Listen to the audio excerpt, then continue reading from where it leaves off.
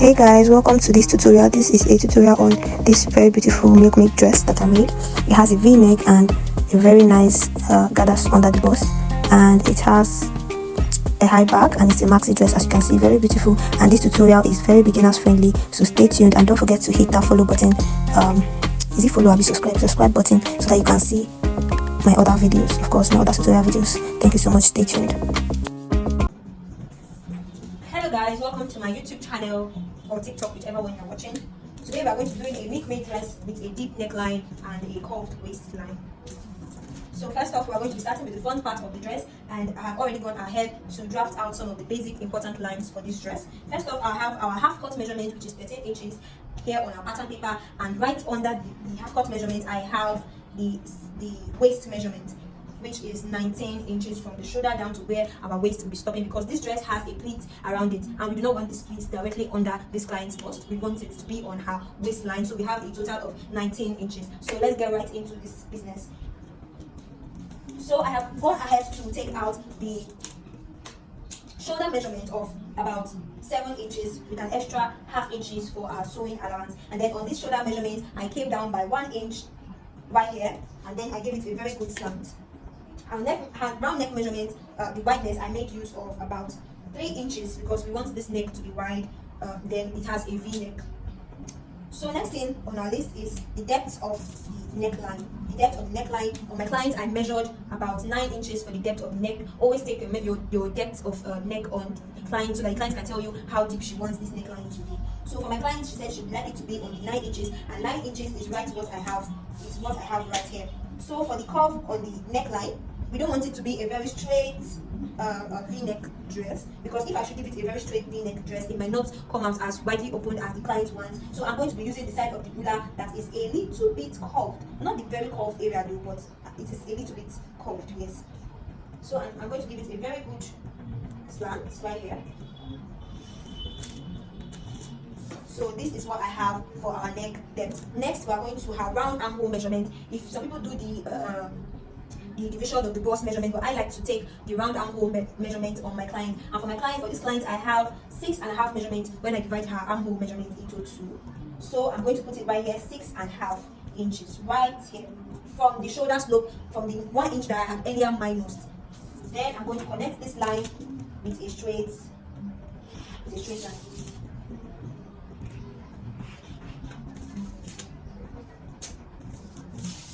And then this is the front of our dress. So of course we want to come in around this area by at least half an inch, because we wouldn't want any bulging around the bust area where we fix our arm. So we're going to connect these lines.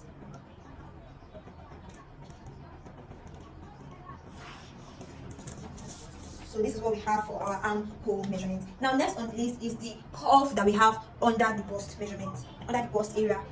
I'm going to go in by 2 inches on my under bust line, 2 inches right here, and then this 2 inch I'm going to use my curved rule to connect to, like this.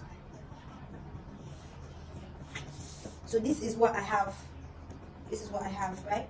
So next up, I'm going to take her under bust measurement first off, because I want to show you. If you look at the style, you'll notice that there are like some little pleats underneath the bust area, because that's what will give our bust the shape that we need. We need to have that cup shape that we want our client's bust to sit on.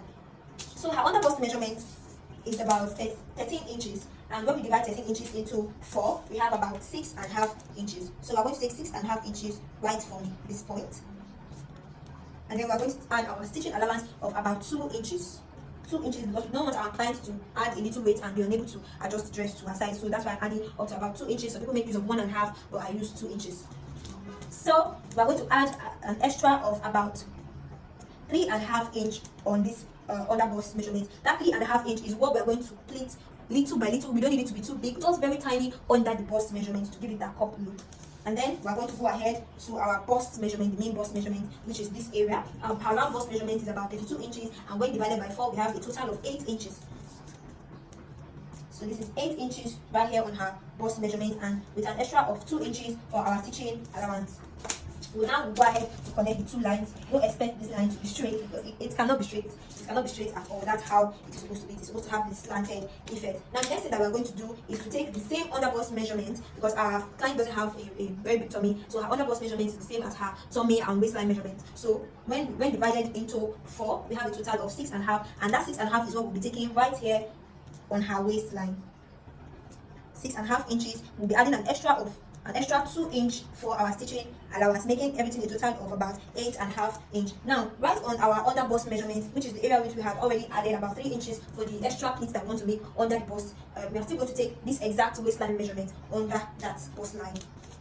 So we have 6.5 inches plus 2 inches, which is 8.5 inches, and this is it. Now go ahead to connect these lines together. Now, the next thing that we're supposed to do for this dress is on the waistline. This dress doesn't have a straight waistline. It has like the curvy waistline. So we want to give it that curvy effect. So what we'll be doing now is on our waistline, we'll go in by about, we'll come up rather, by about 2 inches.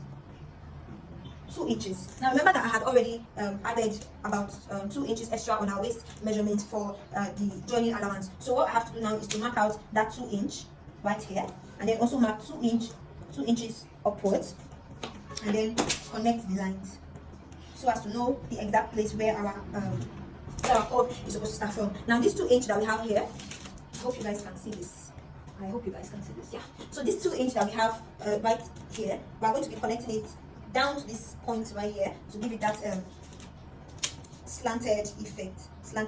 This dress is not a pointy. It doesn't have a pointy edge. It's not all that pointy. It's just slanted like this. Yes, it's just slanted. Yes. So you see, when we're sewing, we know that this is where our stitching ends, right on this line. The rest is the stitching allowance that we have added to it, and then this is the slant that we have on our waistline.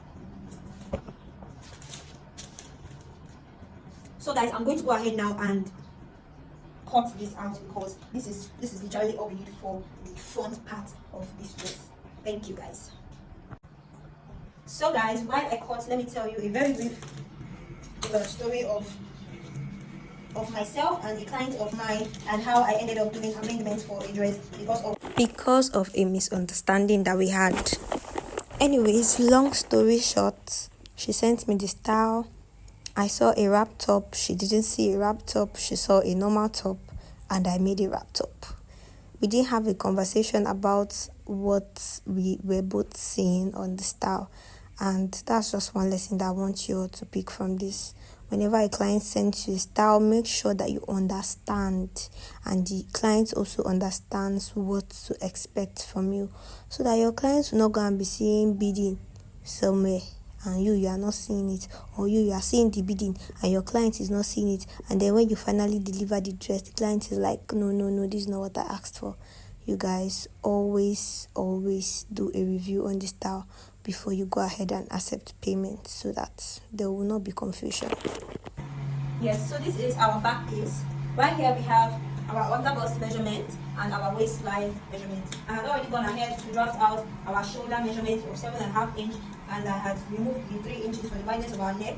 And for the depth of our neck, we'll be making use of 1.5 inch. This is because the back of the dress is not supposed to be deep. We're supposed to have a round neck behind, not so deep too, so that it can be able to support the neck, since we have a really deep neckline.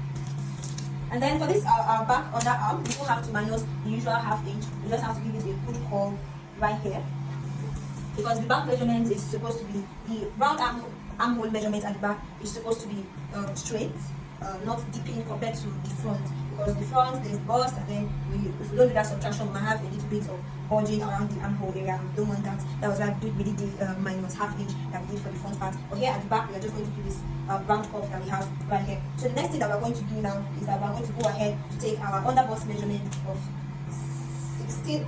13 inches. We're going to divide it into 4. We have a total of 6.5 inch. So we're going to go ahead to take that measurement, and then we'll be adding 2 inches extra to it. And then as for our bust measurement, which is 32, we have a total of 8 inches when divided by 4, and then we're going to put that right here, and then we're going to add the extra 2 inch that we want. Now on our waistline measurement, we're going to have the same measurement as we have here, which is 8.5. We're going to have that on our waistline measurement. So now we're going to go ahead and connect that. go ahead and connect that to our ruler. Okay, now if you remember very well, our front measurement had a deepened front area. It has this curve. Now this length of the back here is 19 inches, which is the same length that I used for the front part. But now we're going to have to do -2 inches, because around the waist where our joining allowance is, we need -2 inches for the front part of the dress. Now we don't want the front part, back part being longer than the front part around the stitching area. So we have to do that -2 inches. That's saying -2 inches. We still have to do it right here. Okay, so that is what we are going to do. And then we are not going to have a curve at the back of this dress. We want it to be straight up, straight at the back, not curvy as the front part of the dress is. So we are going to do -2 inches, and then we are going to use our ruler to connect that. So this is where our top measurement is ending. This the top part of the cap. This is where it is going to end. -2 inches. Now the next thing that I want to do is that we want to take our darts for this dress. So for this back part, we don't want our zip bulging. I have no intentions of sewing the darts on this dress, so I just have to create this dress on my pattern paper, so that when I place it on my fabric, the darts will come up naturally. So we're going to do a minus of 1.5 inch here and 1/2 inch down this area. Okay, and then we're going to connect. We are going to connect that.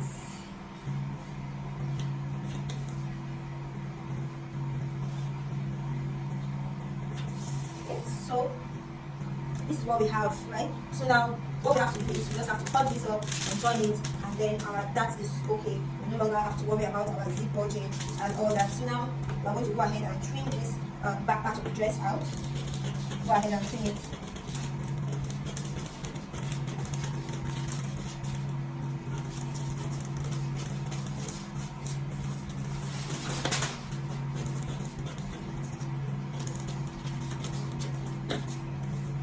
Okay, so the next thing we're going to do now is that we are going to cut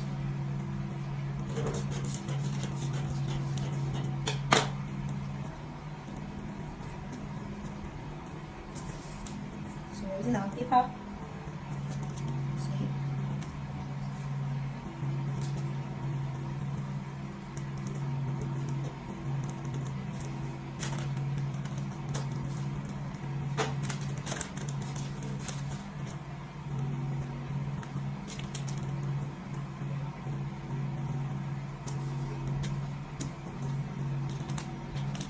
So yes, this is what it looks like.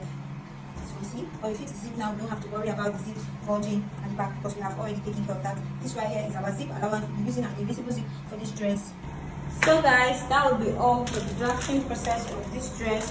Thank you so much for watching. Hope you practice this at home. Bye. Please, before I forget, do not forget to subscribe to my YouTube channel. Thank you so much. God bless.